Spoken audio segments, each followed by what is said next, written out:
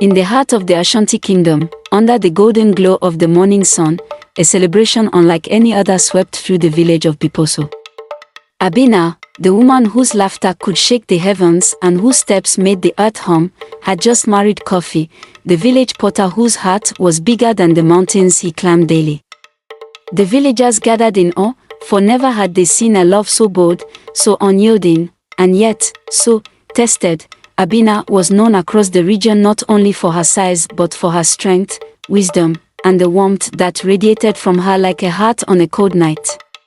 Men had admired her from afar, but none dared approach, intimidated by her confidence and the tales of her unmatched appetite.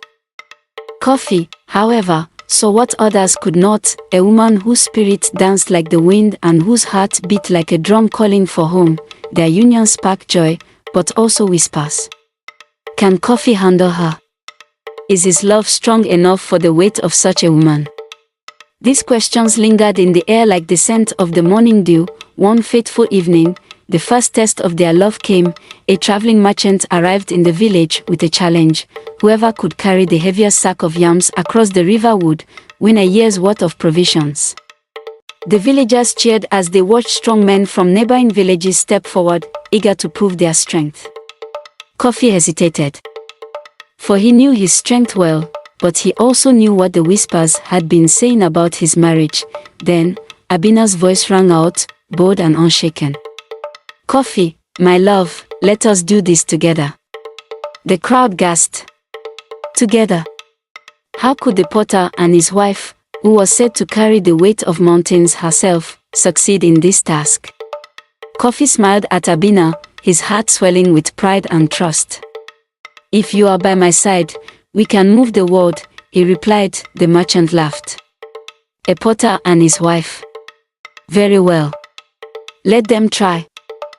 The sack of yams was enormous, taller than any man, and heavier than the weight of doubt that hung in the air. Kofi lifted one side of the sack onto his broad shoulder, but the other side sagged heavily to the ground. Without hesitation, Abina leaned down, her strong arms wrapping around the bottom of the sack. Together, they heaved the weight upward, each step forward a testament to their shared strength. The villagers watched in stunned silence. As they approached the river, the current roared like a lion guarding its territory.